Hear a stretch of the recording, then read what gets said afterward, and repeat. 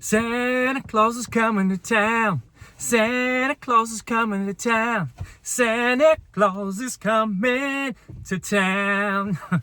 Yeah, we are in the middle of the Christmas season. And if your life is anything like mine, it's probably a little busy, a little chaotic, a little rushing around, a little give and go, all sorts of things probably happening in your life. And so if your life is a little chaotic and you're dealing with some chaos, maybe a little stress, then I want you to stick around. I have some resources for you. So when it gets chaotic for me and things are like upside down and the world's crazy and everything's going on and I can't quite manage what's going on in my life, then I tend to be a little short with people.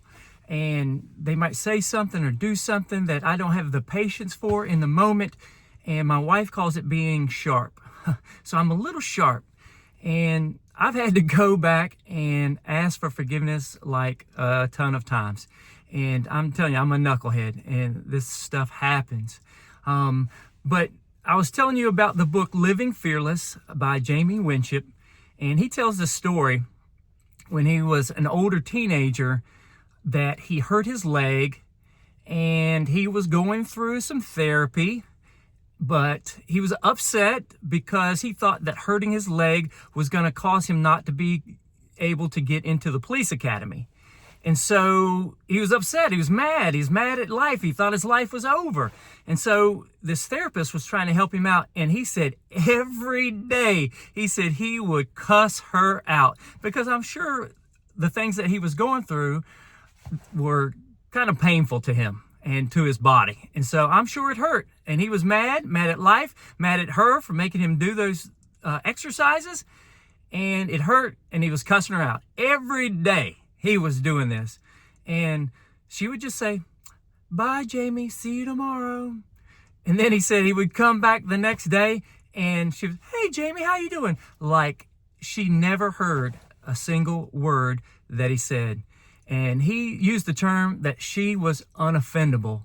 And when he said that, I felt like God was telling me, "Scott, that's for you. I want you to become unoffendable." Woo! I don't know about you. I don't know about what's going on in your life, but that seems like a tall order for me to become unoffendable. And so check out this quote from Saint Seraphim. I mean, how would you like to be called Saint Seraphim? Saint Angel. I think that's a pretty cool name. And so anyway, Saint Seraphim back in the day said these words. He said, "Acquire the spirit of peace and 1,000 souls around you will be saved." Whew, I remember when I first heard those words, man, the Spirit of God fell on me and those words are for you, Scott. And so acquire the spirit of peace.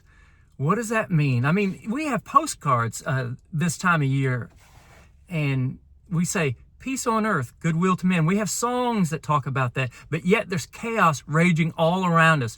What does that mean?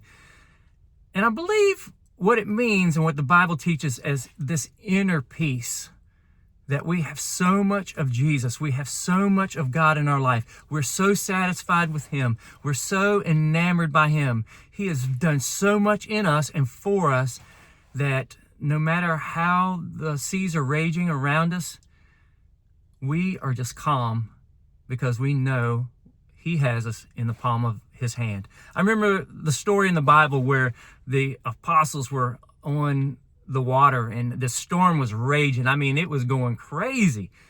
Matter of fact, the boat was like sinking because there was getting so much water in the boat. And here's Jesus just in the bow of the ship, man, taking a snoozer. I mean, I wish I could do that in the middle of a storm. And most time I'm ruminating and the thoughts are going over and over and over and over in my head. And I'm trying to find a way out of my problem and I'm trying to fix it on my own. But here's Jesus just sleeping in the bow of the ship. And he wakes up and goes, "Easy peasy, calm, be still." The waters were calm. And so that's Jesus and that's Jesus' life. That's the yoke life. That's what we've been talking about. I've got a resource. My first resource I want to give to you is a video called "An Ocean of Peace" by John Mark Comer. My sister sent it to me, Gwen. Shout out to her. Thank you for sending that to me. I mean, I'm telling you what, it is probably the best resource I've ever come across on the peace of God. And I just want you to take time to listen to that, especially in this time, during this busy season, chaotic, and what's going on in your life. Take time to listen to that. I'm telling you, it's definitely going to be a blessing to you. And then a song that I've been listening to on repeat that I think really goes along with this theme is, the name of that is What a God by SEU, Southeastern University Worship Team.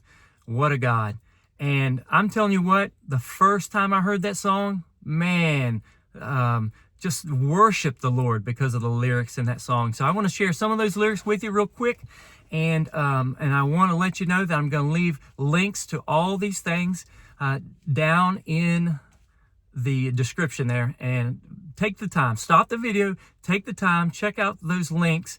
I'm telling you, you will be blessed by it. And if I come across some good information from the Bible Project, you know I'm always going there for some good resources, then I'll probably leave a link to them as well. But here's the lyrics to What a God. It starts out, it goes, well, it doesn't start out. This is the chorus, and this is the part that really, really spoke to me. It says, if the highest place I reach is at your feet, then I've done it all. Man, just think about that. If you're just at the feet of Jesus and that's all you ever get to, then you've done it. You've reached some heights, my friend. And let those lyrics just sink in and minister to you. And then it goes on, it says, if the best thing that I've seen is your glory, then I've seen it all. Now here's the part that, really speaks. Your love has changed my life, forever satisfied. God, you are my everything. God, you are my everything. And when you get to that place in your life where you have eaten and drank down, proverbially, the goodness of who Jesus is, and you just loving on him and he's loving on you and you're spending time with him. It does take time. You can't do this. This isn't a microwave kind of thing. You can't do this in 5 minutes.